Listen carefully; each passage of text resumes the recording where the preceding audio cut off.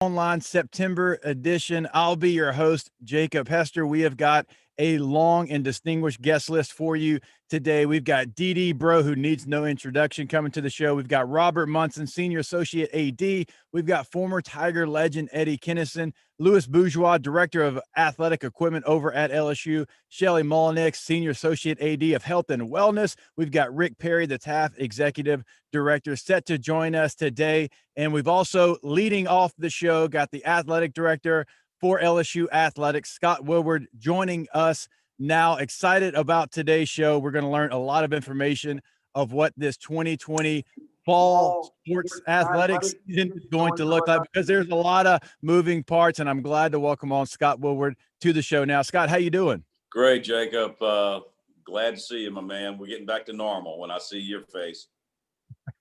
Hey, you're exactly right. We are so close. We have got boot meeting ball for a football game coming up in a couple of days. I know we're all looking forward to that, but there was a lot of hurdles to get to this point. And one of the things that you said a long time ago when you took this job at LSU is, get me to a yes. And I have, by the way, I've stolen that because it is such a great saying. And that's exactly what it took this off season, because there was so many challenges, but there's a lot of people, and we'll talk with a lot of them today, that got everyone to that yes, and we will have football this fall starting in a couple of days. Hey, Jacob, because of our team, our staff, everyone around us, I hate to say it now, and I might jinx myself, but it was easy. When you have people like Stephanie Remp and Verge Osbury and Shelly Mullenix and the unsung hero, Dr. Katie O'Neill, who we'll talk about, it just made it so great. And more importantly, our team, our student athletes and coaches just knew that we had to have great challenges, and knew that we had to jump over hurdles to get there. And they've just been fabulous. They've answered the bell every single time. And I told everyone, hey, control what you can control. Don't sweat what's going on in the world as far as this pandemic. Just worry about what you can control in this thing, because the virus is going to drive us on this thing to steal lines from people. And we did it with good coordination with our commissioner and his leadership. And here we are doing something that I thought was a long shot come March or April, and that's playing football. And I'm glad you mentioned the conference leadership, and I work with the SEC as well, and I've been amazed by the leadership from the conference, from the top to the bottom, allowing themselves to be patient, allowing things to work themselves out, and then whatever the problem was, assessing that problem and fixing that problem, because they gave themselves the time to be patient. Without a doubt. And they took it the same way. You know, they took it day by day, and they listened to the experts. And that's what people don't know. And that's what I want, everyone to know on this call, and everyone to know in our world, is that, hey, people like Katie O'Neill and Shelly Mullenix drove this thing, not only from a LSU athletic standpoint, but from a Southeastern Conference standpoint. And the NCAA is leaning on our expertise. And it's because we do things right. And it's because the staff, the training room, the medical staff have done everything to world-class accountability. And of course, we're talking about football here, but we're talking about other fall sports as well. I mean, you're talking soccer, cross country, volleyball. How important was it to get all of those fall sports played in the fall, right, when they're supposed to be played? Because if you start pushing things back, obviously that comes with new challenges. So how important was it to get everything kind of back, and not just football? Yeah, it was vitally important. And that was always an understanding that we do it and we get all of our student athletes back to campus, not only our fall sports, but all of our sports, so they can get ready for school and for the fall semester and train and do things properly. And it was a yeoman's effort, and by all of our coaches, by all of our staffs and support groups. And it's just been really, for me, very, very satisfying to see how well it was done. And obviously there's going to be some losses whenever it comes to dealing with COVID-19 and not having the capacity, right, at Tiger Stadium and some of the other fall sports. So what does that kind of look like for you as a result of the losses that you're going to have? Yeah, on this thing, Jacob, and I think you and I have talked about it before, you can't take risk out of anything. There's no such thing as zero risk. And I talked about it earlier in the summer when we said, hey, there's a reason why we go 70 on the interstate and not 20. there's a certain amount of risk we have to take. And so we're taking some risks in the stadium. There's going to be some things that we need to do better once we learn from this game. But from an overall standpoint, for the good of the psychology of this community and for the psychology of our kids and the way people are feeling, I think this is going to be a net positive in really a big way. And hopefully we won't have any incidences coming out of our event that we say, caused the spread of COVID, because I really don't believe it. There's been no evidence to show that live outdoor events have done that when you do, the three most important things. And that's, wear your mask, socially distant, and sanitize. And if you do those three things, you're in pretty good shape. How vital has it been to see other teams kind of, get a couple week head start on the SEC, and really what you can take from what they've done and learn from it? And then now you've got that cushion, like we talked about, of having a couple of weeks to try to make LSU's plan, the SEC plan, the best it possibly can be. Jacob, you nailed it and enumerated what we talked about earlier. That comes from leadership, and that's Greg Sankey's vision to say, hey, look, we all have a lot of things going on with the beginning of the semesters in our schools. Hey, let's slow down. We can get this season in if we start 2 or 3 weeks later.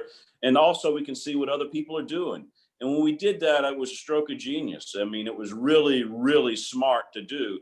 And we're not running into these problems and seeing them this week that people saw a couple weeks ago. And that had a lot to do with the beginning of school and not being as prepared as we were. And I think, knock on wood, we're going to be in a very good space and hopefully not have to postpone or cancel any games going forward. This is something that you and I have actually had conversations about, but I think one of the best things, speaking of leadership, that Coach O does is you go out to a practice, and you and I go out to a lot of practices last year. And if LSU was playing the top team in the country, opposed to even like a directional school, right, that wasn't even ranked, well, the practice looked the same. Everything always looked the same with Coach O. And I think during this pandemic, with everything kind of being forever moving and nothing really looking like we know it to look, I think Coach O is the best possible coach to have to be able to handle that, because he has his schedule and he has certain days that have a theme to him, and he doesn't really go away from his theme. It always looks the same, which is a big, big positive for any coaching staff. Yes. And that is the important thing, is consistency and what and how you do it every day and how you prepare. And that's the great thing. I mean, it feels like game week for us. Our kids, just like when you played, Jacob, they're tired of hitting each other, and they're really tired now, with a couple of week delay. And you can see it in them that they're ready to go. And hey, this is going to be a challenging year, man. 10 SEC games, a huge turnover in our roster. But like Coach O's always said, we're not, crying about it. It's like next man up. Let's go. We've got talent, and let's get this talent ready, and let's get them ready to play. Yeah, definitely love the mentality there. All right, we mentioned there was going to be some challenges as far as losses, and you kind of laid that out there. What can the Tiger faithful do to try to help with some of those losses?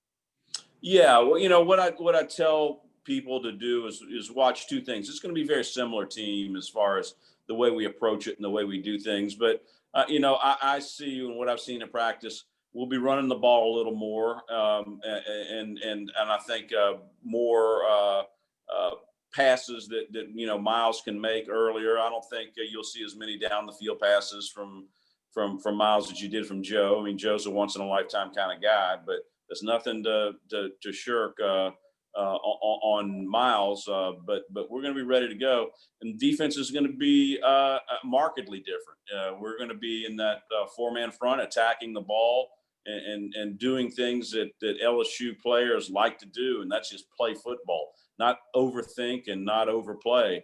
And while we're thin at a lot of positions, we're going to be aggressive. And I think Tiger fans and the Tiger faithful are going to really enjoy watching that style of ball.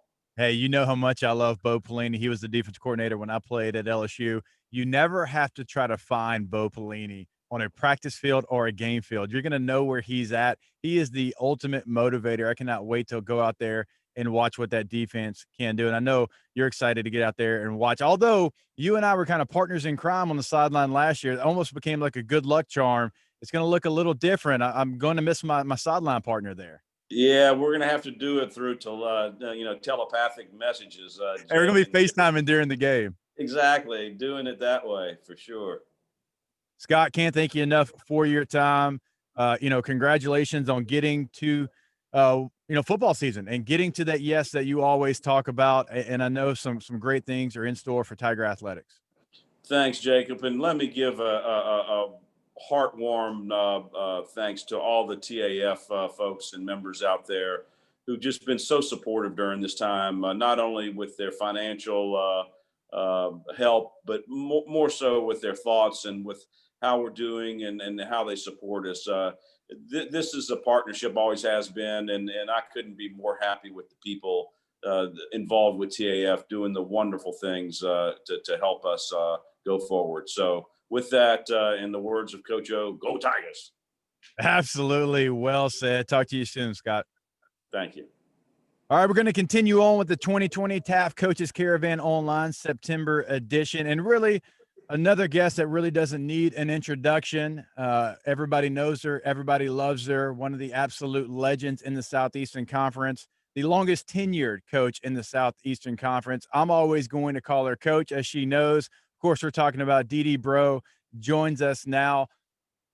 Dee, I'm always excited to talk with you because one thing I know you're going to bring is energy, and it's game week. LSU Tigers are kicking that football off, and so you always help me out and bring that energy. Here.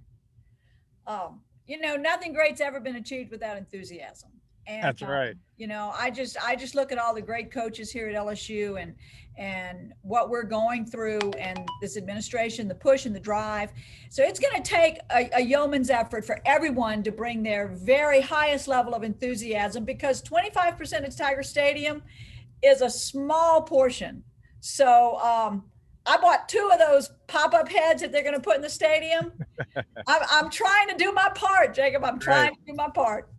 Absolutely. And Coach, you really built something that was truly special in the LSU gymnastics program.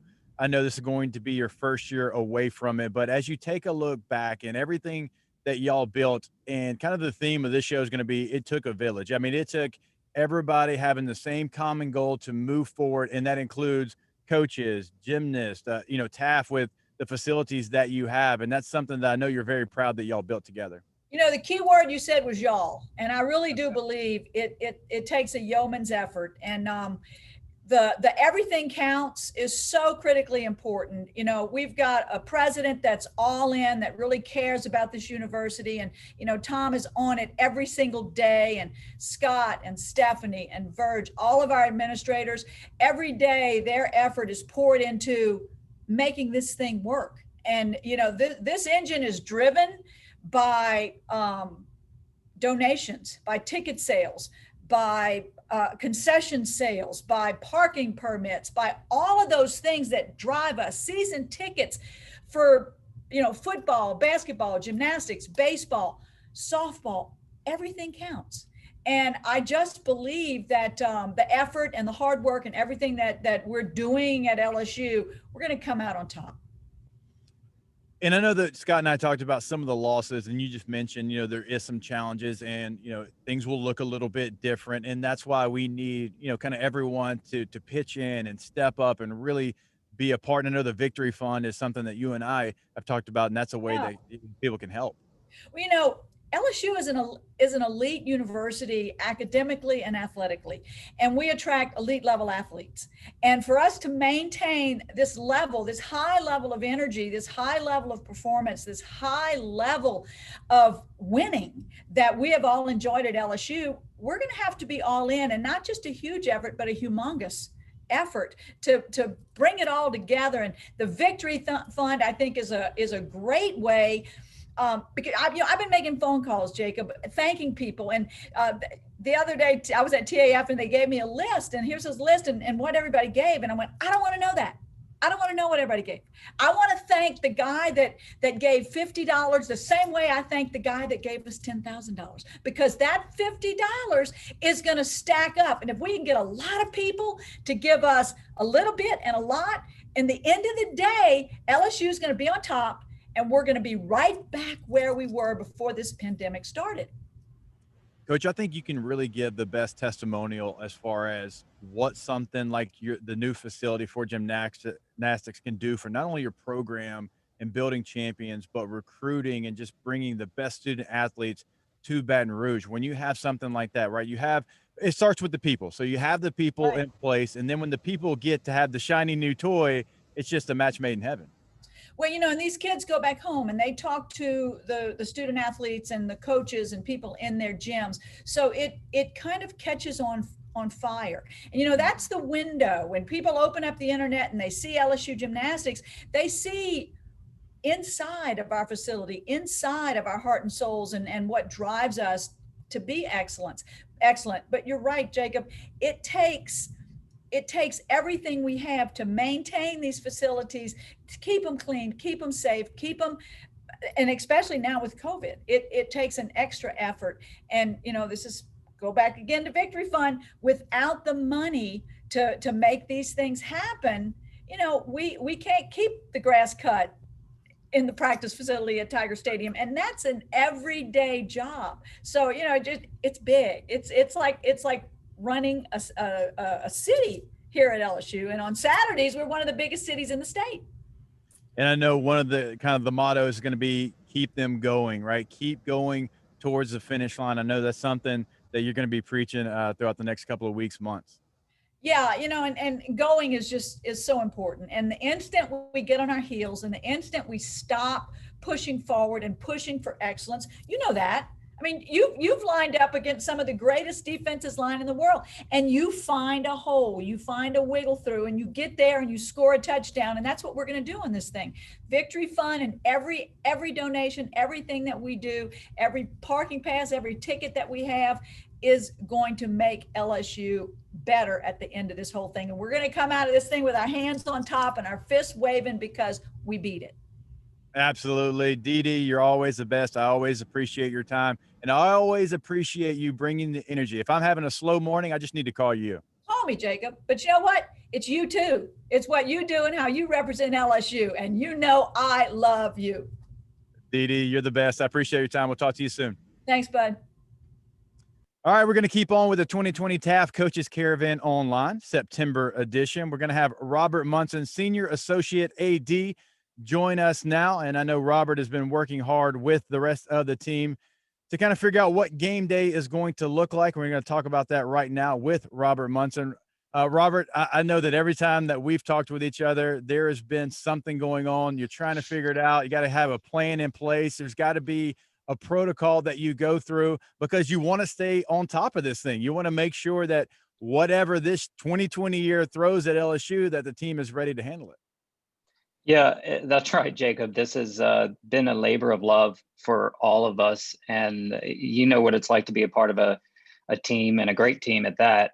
And there are hundreds of people at this department that have really committed nearly every day of this summer since March and April to getting this right for our student athletes and our fans. All right, so we all know that game day is going to look a little bit different. There's some challenges that were put into place. And so the schedule, the format, the location of a bunch of things has kind of changed. And so is there a couple of things that stand out that you'd like to get out there to Tiger Nation as far as things they should know for Saturday? Yeah, there are a number of things, Jacob. I think one thing that's interesting, we did a game zero on Saturday, which is essentially a mock game day for us. And one of the things that some of us found, at least, is many of these things that seemed so unfamiliar months ago are just normal everyday life now. And those are things like washing your hands and wearing a mask and COVID-19 screenings and all of these things we maybe never even dreamed of doing, we're doing every day. And that's going to be true at Tiger Stadium. So really the main thing is stay in touch with us, go to our website every day, download our new mobile sports app, which will be the most convenient way for our fans to both get your tickets and your parking permit. We also introduced a new entry procedure yesterday, and that's the COVID-19 screening, which also will be on your mobile app. And Jacob, it's not nearly as scary as it sounds. It's 4 questions that ask those things we all know. Are you running a fever? Have you come in contact with anyone who tested positive, et cetera? You go through that real quick before you leave home in the morning. You'll get a little check mark. You'll show that to the ticket taker and you're good to go. Just put on your mask and go have a blast. All right, so the stadium footprint, because everyone who loves LSU knows exactly kind of what they can expect, where they can expect they are allowed to go. But I know that's going to look a little bit different as well. The access to some of your favorite spots won't be available this season. I've spent, like you, more Saturdays at Tiger Stadium than I can count. And this year it looks very different. It's going to look a little bit different to our fans as well. And the primary reason it's going to look different, Jacob, is we've expanded the perimeter of Tiger Stadium, which sounds like an impossibility, but we've done it through fencing and scrims. And our staff under Dan Gaston has really done an amazing job of creating a new footprint. And what that does is it allows for more area for our fans to socially and physically distance. But one really good thing, many of the many good things that this expanded perimeter offers us is the ability to introduce about a dozen new entry points for our fans. So we got 10 or 12 new gates that have not been there before. They're going to be around North Stadium Drive and around the PMAC. That's going to shorten our lines. That's going to keep us from congregating and waiting in line for too long. And it's going to allow our fans to get into the stadium whenever they choose, because you can go in any gate you want. No matter what your ticket says, Jacob, you can go in any gate you want. And that includes that new northern perimeter around the PMAC. All right, something else that I know you've probably fielded a million questions about is tailgating. Obviously, when you think LSU football, tailgating is pretty close to the top of the list. Obviously, tailgating is not going to be allowed this year around Tiger Stadium. So what are kind of the things that people definitely need to know about the tailgating? I think the main thing to know is we're not in the business of enforcement. We're not going to be out there just locking arms, making sure no one's having a good time out there. But we do want to minimize the gatherings, and that's important for this campus. It's important for our program, and it's important for people around the country to see that we're going to do this right. So the main thing to know is, look, if you're with your family, if you're with your son, your daughter, your husband, your wife, the party that you traveled with, and you want to hang outside around your vehicle and eat a bucket of chicken, we're not going to come in and break that up. We want you to enjoy that. Just avoid the large gatherings. We're not allowing tents and generators and grills and all of those kinds of things. So keep it very small and within your own family and prepackaged foods, and just enjoy yourself. But let's be responsible. That's the main message. We want to take care of each other. We're a family around here, and if we're responsible, we can do that, and we'll do it well. I know you mentioned prepackaged foods. I know concessions in Tiger Stadium, that's going to change as well. It will change, and there are a number of reasons for that. Physically distancing is one of the primary reasons for that. And in order to maintain that 6-foot space between our fans who are in line, we've actually had to close a number of concession stands. Now, that's okay because we have 25% capacity, so that's not going to interrupt too much for our fans, but it will look a little bit different. The West Lower is one example, Jacob. If you know that area, the concession stands, they don't have a lot of room to spread out, right? So that's one of those areas that we're going to close those stands. We're going to open up some portables to make food and drinks available to our fans. But a couple things to know. One, at least for game one, we're not going to be serving alcohol. We hope that will change, but we know for game one, that's going to be true. And then secondly, the menu items are going to be a little bit limited. And the reason for that is safety. We want to provide items to our fans that have been pre-cooked, pre-packaged, and ready to just hand out as opposed to being handled behind the stand. So it's going to be a smaller menu, but we do believe that also help our lines get through quicker. All right. So for ticketed guests that do get into Tiger Stadium, what are the rules that are in place? Something that they need to make sure that they know as they're sitting there watching the Tigers and the Bulldogs on Saturday. Number one, masks are required. They're required all over campus, as well as in Tiger Stadium. Of course, if you're eating or drinking, which is something we're going to encourage our fans to do only in the stands, not in the corridors. But if you're in the stands and obviously you need to eat or drink, you can pull that mask up, and that's going to be fine. The physically distant seating that we're going to have in place, we're going to ask our fans to stay where we have you seated. It's going to look like you can go just about anywhere because there'll be so many open areas. But the truth is, a lot of those seats are closed for a reason. That's for physically distancing our fans. So once again, it's just being responsible, being respectful of everybody around you, and being safe. And if we can do those things, I think we're going to see this thing be a huge success for us on Saturday. Obviously, if fans have questions, they can follow the Twitter handle @GameOps, and you can find information there. You get live updates. You can call guest services or the ticket office. And also, I know the mobile app is extremely important for the success of game day. The mobile app is a big one. It's not a requirement to come to games. I know not everyone has a smartphone, and you can use you'll get an email that'll give you some directions on that. But if you can, the mobile app is going to be a big, big convenience for you. Not only can you handle your tickets and parking and the COVID screening directly on your phone, you'll also be able to pull up an interactive concessions map that will tell you which concession stands are open, which are closed, and what kind of things those stands are offering. On top of all of those things, we'll be able to send you alerts. If there's some news happening, if there's something you need to know about, maybe traffic or weather, we can push that directly to your phone. You'll get it just as soon as we get it, and we'll all be on the same page. All right, Robert Munson, Senior Associate AD at LSU. Robert, appreciate the time and congratulations. Game week, game day is coming here soon. I can't wait. Go Tigers. Thanks, Jacob. Absolutely. There you go. Go Tigers. All right, we're going to continue on with the 2020 TAF Coaches Caravan online September edition. Of course, as game week is here and the game is about to take place here in a couple of days. And so let's talk with a former Tiger, not only a former Tiger, but one of the all-time greats, a guy that I don't know if he heard me, but I felt like he heard me back in the Independence Bowl against Michigan State with my number 2 jersey on. Of course, I'm talking about Eddie Kennison, Tiger legend, and now part of the program, Director of Player Development over at LSU. Eddie, how you doing today? Hey, Jake, I'm doing super fantastic, brother. How about yourself?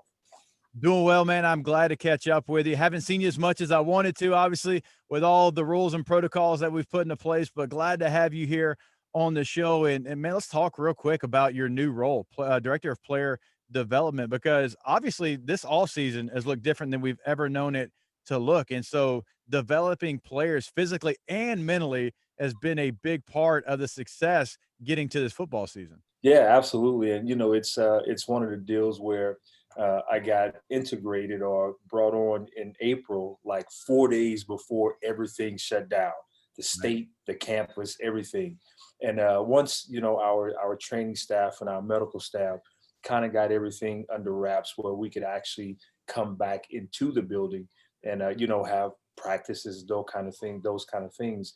I was able to, me along with Jeff Martin and Kelvin Shepard to just sit and talk with these guys and do some things in the building where we can just grab them, one by one or in a group or something like that. And just kind of explain to them who we are and what our role is and what it looks like moving forward.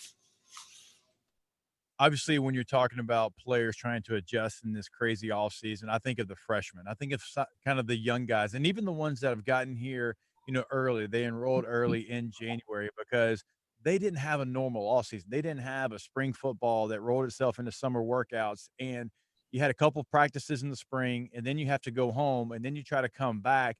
And as you know, being a former Tiger, and I was a former Tiger, that freshman year is difficult. And it doesn't matter how far you've come from to get to Baton Rouge, you're still away from home for the first time. And so I've got to imagine you've had some deep conversations with the freshman class as well. Yeah, absolutely. I mean, not with just the freshman class, but all of the guys, but in particular the freshman class, like you said, Jacob, and just helping those guys understand the transition and how fast things can change and how quickly we all need to make decisions based on what's going on, and especially things that are out of our control.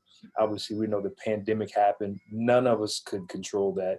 So we had to adapt and adjust. And I can tell you, with the help of the entire coaching staff and everyone that's here in the ops building, everyone did a great job with helping these young men understand that transition, and especially that pivotal point in their life, coming to campus, having to leave.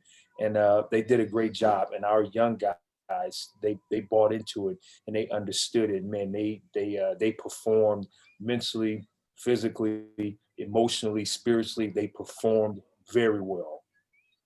It's incredibly impressive to me because, as you know, we're creatures of habit when it comes to football and our football schedule, because we know that we finish up the season there in December, January. We know that we have the fourth quarter program. We know spring.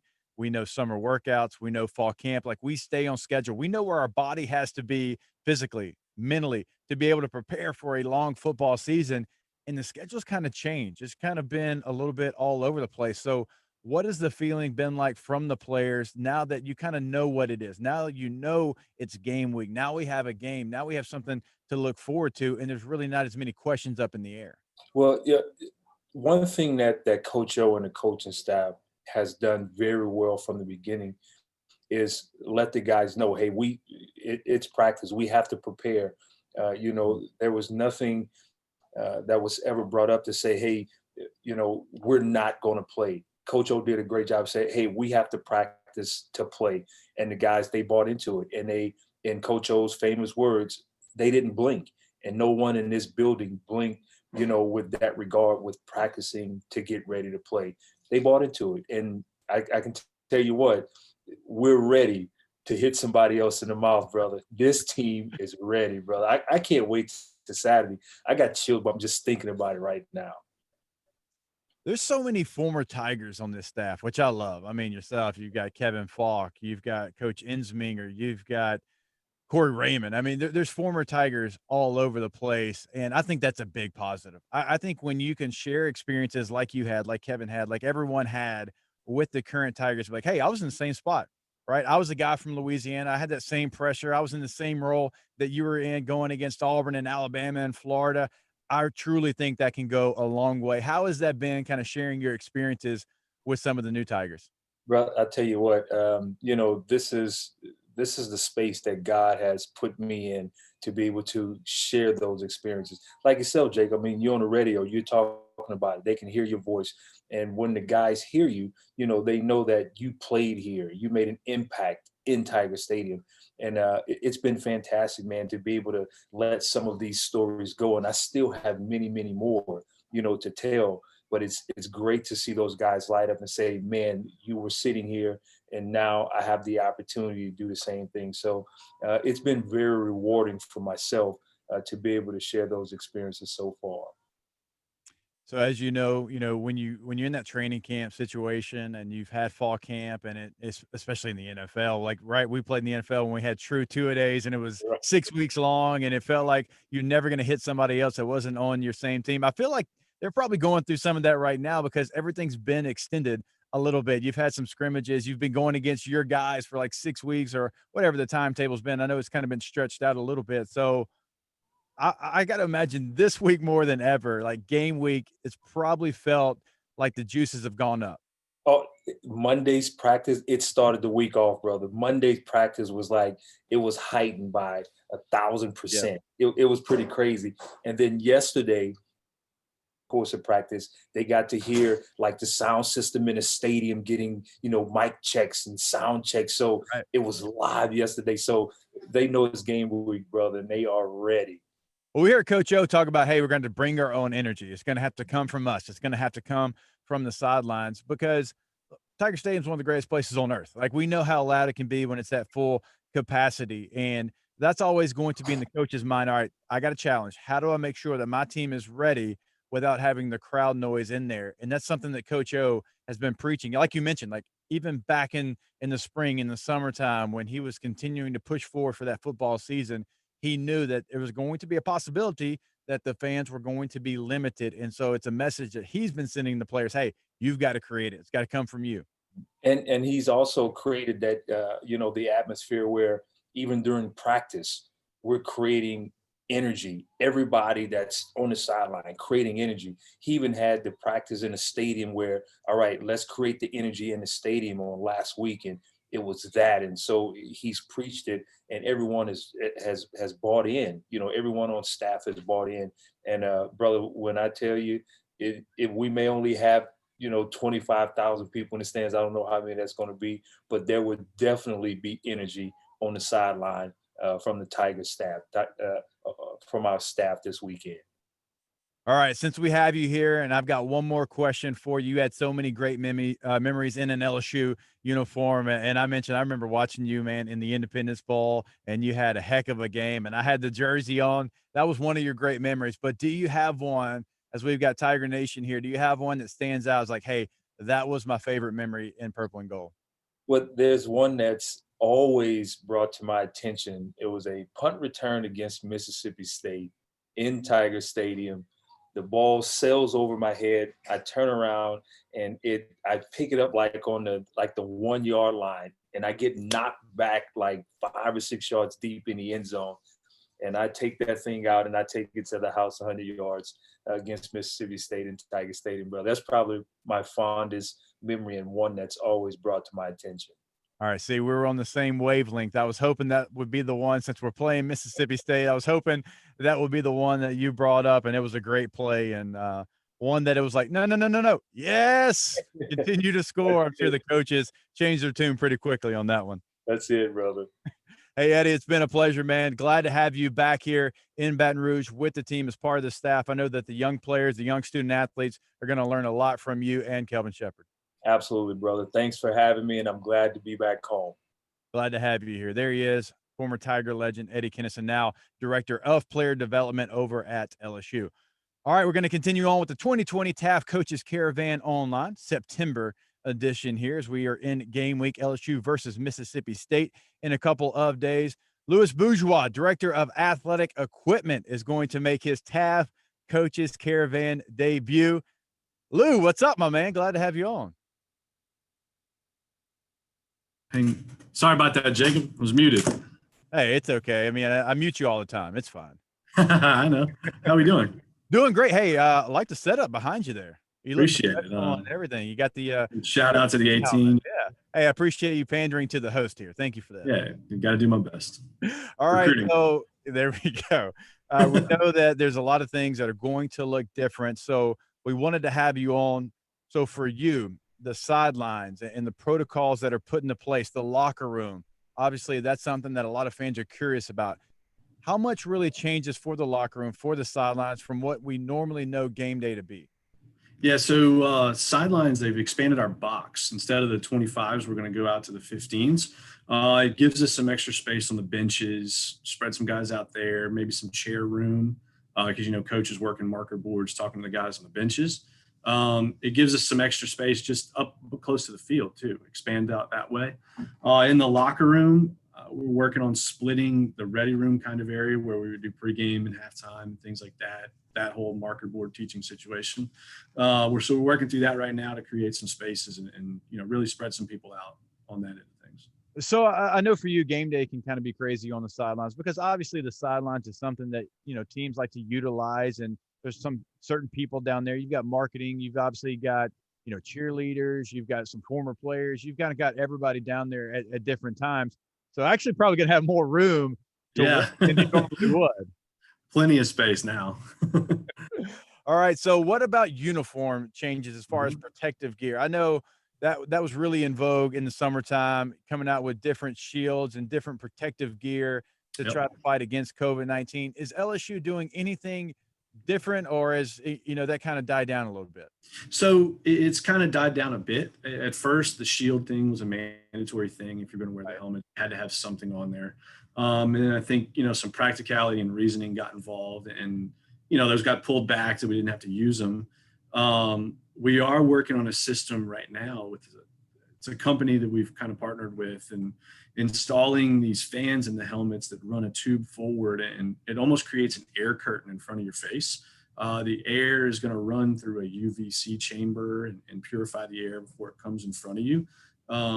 Really cool deal. And should those shields come back over the mouth, it would actually be really effective on getting the dew out and things like that and making it going. But I don't think that product's going to benefit just football. I think it's going to help other sports as well. Basketball, you can put it in a headband. And even outside of sports, it's almost like an air conditioner unit. It's not cooling the air, but think about construction hard hats and things like that. Just a cool breeze and a mental thing for you. And I know something that is troublesome whenever you talk about putting something over a student athlete player's, face mask, is the breathing aspect of it. So yes, that would obviously be a very big help, because I remember when our guy Foster Morrow had a lip injury, you had to kind of create a shield on his face mask, but because look, humidity, it's hot in South Louisiana, he couldn't breathe. And I can remember having to help drill holes in that face mask because look, you got to go out there and you got to breathe. You got to be able to have your wind about you. Yeah. And that was always going to be a challenge if you had something over the player's mouth. Yep, absolutely. And I think, the air system was starting to be created in case it was, you had to wear them, but the air system was still moving along, but in a different direction now that you don't need the shield on your face.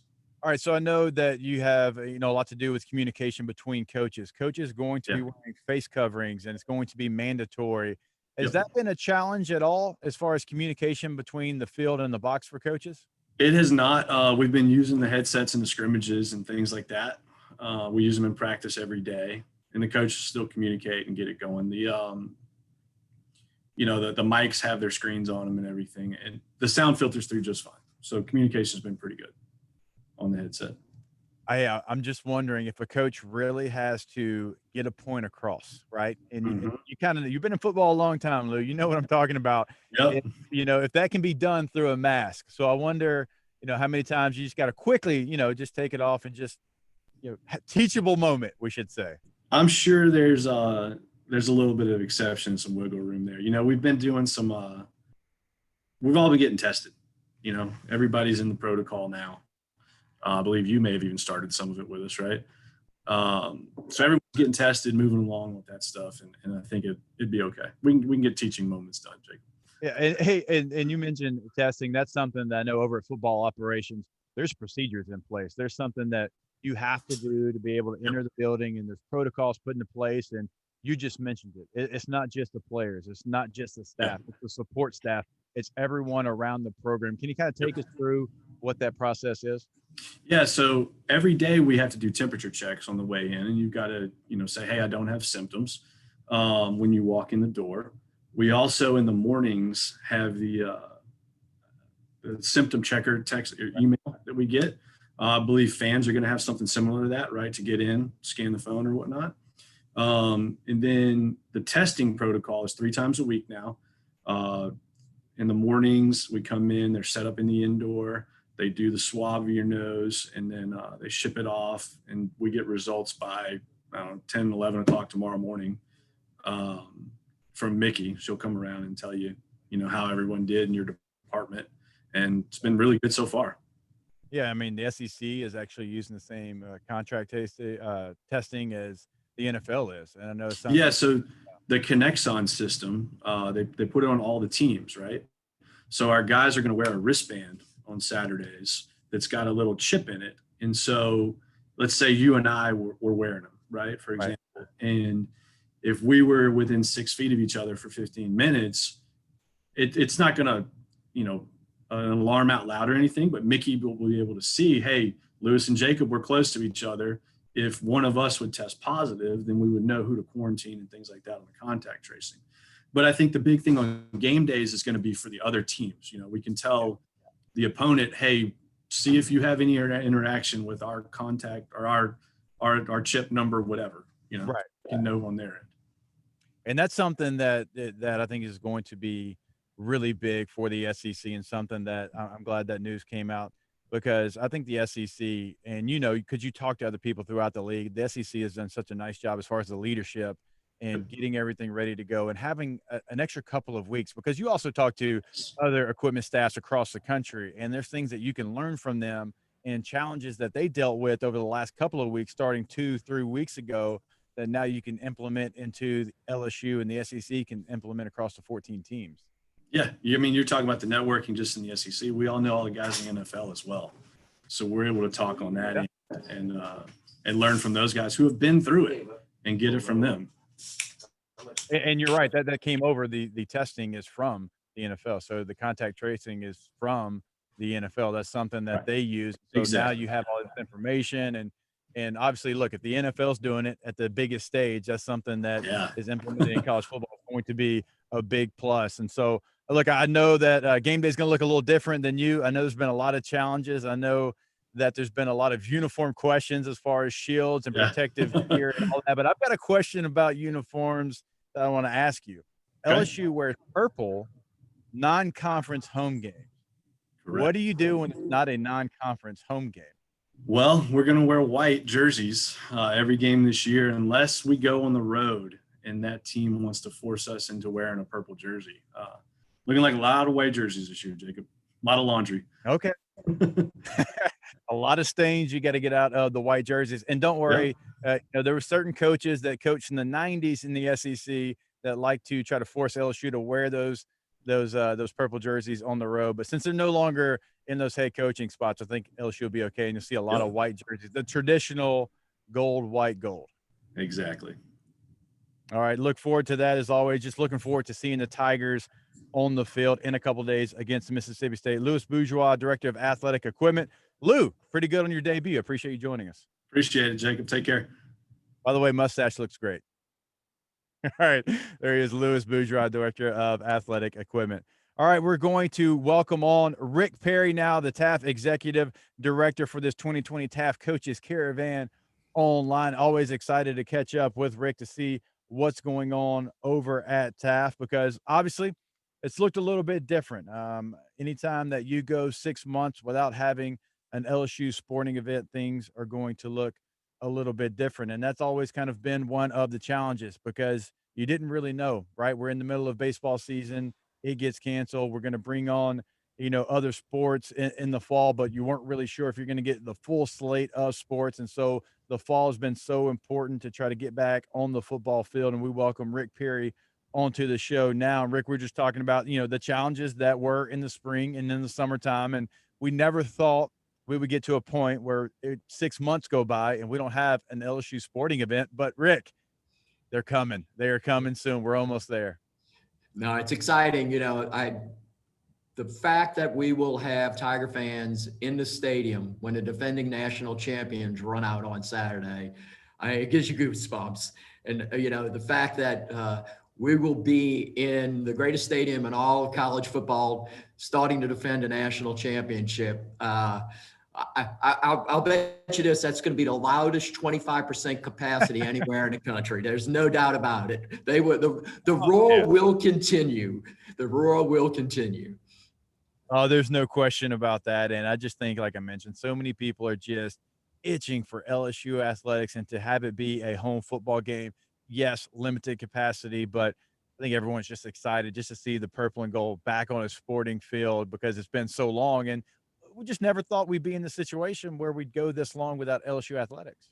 And it's such it's important part of people's lives, Jacob. I think so much of what we do socially with our families and all, for so many people, it revolves around LSU athletics. And, is it the most important thing around? No. Is it important to a lot of people? Does it mean a lot to a lot of people? Yes, it most certainly does. Does it bring people together? Does it create great memories? Yes. And you talk to Tiger fans, who have been coming for years and years, and they relate stories of where they were at certain times when certain plays happened, and things that the people who talk about their childhood and remembering coming to LSU games, and so it is a big part of our culture, of what we do. And so you're right, to have this period of time where there was no LSU athletics, it's never been like this before. And so there's just this pent up, I think, desire to get back at it. I think the closest thing probably that we've seen to this was maybe with Katrina and all, when, right. We had a period of time and what it meant to people to be back in Tiger Stadium at that point in time and to have the LSU Tigers playing again.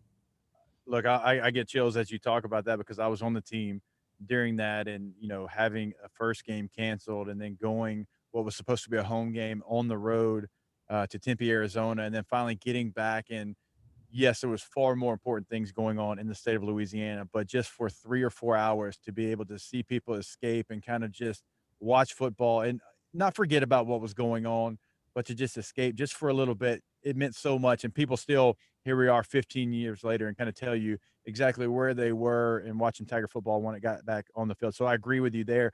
But also something that this very well, a lot of places, maybe baseball and softball doesn't mean as much in some of the spring sports.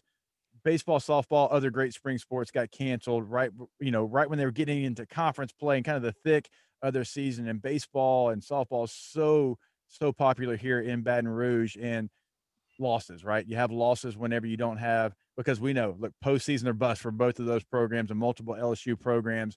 And so you lose some revenue there. And obviously there's other places you lose revenue. So what's kind of been some of the challenges to make sure that you try to catch up as much as you can? Well, one of the things through all of this is that The goal has been to continue to provide our student athletes with the services and resources that we've been able to provide them with. And that's a big reason why we've been so successful. And it's not just, people think, they think just facilities, and facilities are important, but it goes well beyond that. It's the academic center for student athlete and the rise we've had in our graduation rates. And not only does that, what it should be, we're helping the student athletes for the rest of their lives, because once a Tiger, always a Tiger. And that's the whole idea, to set you up, not just to compete athletically, but we want you to compete in life. And so the support they get there and the results that, that the folks over there have been able to do to help our student athletes, the support, like with the nutrition center last year, you talk to all our coaches and they will all tell you the difference that made in performance by our student athletes. And people, they always think of that hulking lineman, that 360-pound lineman. They forget we've got that 95-pound gymnast too. And they all have different nutritional needs. And the job they do over there of not only providing what is needed now, but teaching these young people how to take care of themselves for the rest of their lives, how to live a healthy lifestyle is something that, when we talk about once a Tiger, always a Tiger, something that we're providing. And then the support from the training staff, from Jack Marucci, Shelley, and those people, those things are so important that you don't want to lose those resources. And they do cost money. There is a cost associated with all of that. Right. So the main goal has been, hey, we can tighten the belt in a lot of places, and we have, and tighten our belts, but we want to continue to be able to provide those resources for our student athletes. And like I said, it's not just because we want success on the field. Look, everybody loves the W. Everybody loves the W. But more importantly, it's what we're being able to do for them for the rest of their lives. That's the real key. And I think these facilities that were put into place, thanks to, so many people, baseball has a fantastic facility. The Michael Moore Performance Center, the Mike Moore Performance Center over at softball is state of the art. Gymnastics, state of the art. You just don't see those kind of places in the country. But the football operations building, and you mentioned it, having the nutrition center there during this time, I think was so valuable to be able to have a one-stop shop for the program to try to figure out everything that was going on. So many moving parts, to have all of that right there, to have the training room where you dine, and the weight room, and the meeting rooms, and the new locker room, right? Having the ability to catch a nap on the new lockers if you wanted to do that during this time when you were trying to, stay as close to each other and away from everything else as you could. It was so vital. I think it's definitely been an advantage. It's not necessarily, as in some sports they're calling it a bubble, but it's probably as close to a bubble as maybe you can get. Bubble, yeah. Yeah, in college athletics. And having, like you said, having that constant interaction is important, because you can see people, you can watch people, you can see when somebody's not feeling well.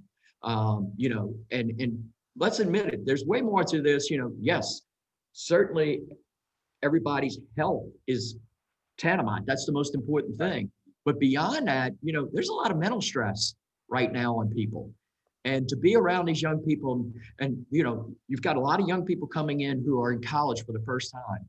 We all went through that process, and we know it's not an easy transition. It's not something that's easily done lots of times. And so you've got, for the first time, some of the academic challenges that you didn't, that you're not used to. You also, the time consumption, time planning, things of that nature. And then working the way they work and practicing as hard as they do, and workouts and everything. There's just a multitude of things that change in their lives. And, being away from home for the first time is a big adjustment for a lot of kids. And so you have the mental aspect of it too, that you have to look out for. And all of this happening to these young people in the middle of a pandemic. No, you're exactly right. That's well said. All right. Something that we didn't get a chance to cover with Robert Munson. We talked, general seating inside Tiger Stadium, but I want to ask you changes to premium seating. So what is the premium seating going to look like in Tiger Stadium this year? Well, like the rest of the stadium, it's at 25% capacity. So that itself is a big change. So, it was adjusting to that, being able to work through that, seating people, but also, working on how we were going to set things up. It is going to be different. It's not going to be, what fans are used to. Ingress and egress has to be changed, because the premium areas are using the elevators, and you have limited capacity on how many people you can put in an elevator at one time. So, that's going to be different, how we queue people in and out, but also opening up additional ways of ingress and egress, whether it be the ramps on the east side, being able to use the escalator. So just getting there and leaving is going to be different. And then once people get there, it's going to be quite different than what they're used to too. There's changes in food and beverage service. We've had to totally change that from what we would normally do. Like in the suites, it's all going to be pre-wrapped food. Whereas before, there were servings in not only in the suites, but in the common areas. Well, that's all changed. Drink service, as I said, has changed. So our folks have been working through all of that with our caterer. So how do we do this in the safest possible environment, but also provide the best possible experience? And so that's been the goal all along. So you've got all, changes in those areas. We've had in some areas removed in the common areas, removed furniture so that, people aren't gathering in areas. And so that they're just in like in the case of the suites, they're just in their suites.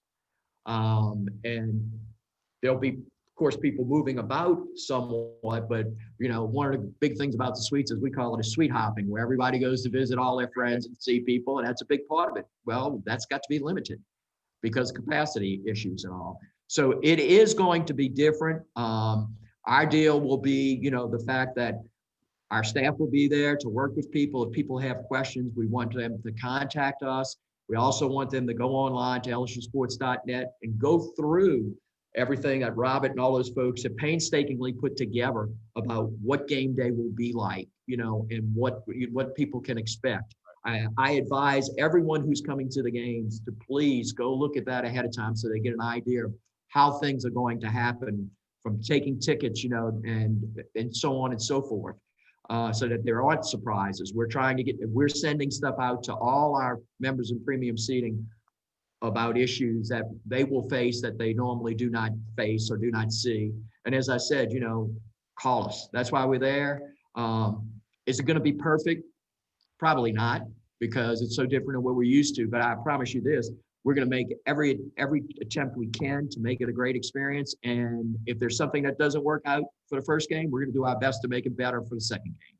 Absolutely. As LSU and the SEC, they have shown that they are going to see what the problem is and get better whenever the issue does pop itself up. All right. The victory fund, I know, is something that we need to discuss because we mentioned the losses, and I know the victory fund is a great way to give back. No, and this is what we're talking about. This is money that is going to directly affect our student athletes. Right.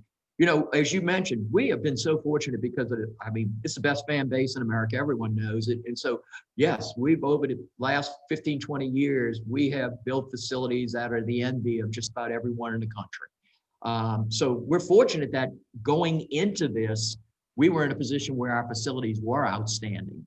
We weren't, we're not trying to catch up right now with other people. So makes it an opportunity for us to pivot and to say, okay, now our focus is going to be on what happens inside those facilities.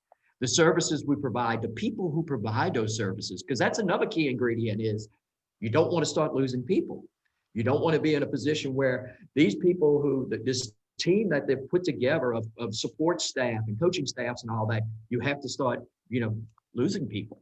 So that's where the emphasis, and that's where the victory fund comes in, because that's where the emphasis of that is, hey, let's try as best we possibly can to maintain what we have and continue, because we are producing championships. And that's the whole goal, is to continue to produce championships. But as we said, also to give our student athletes everything we possibly can give them.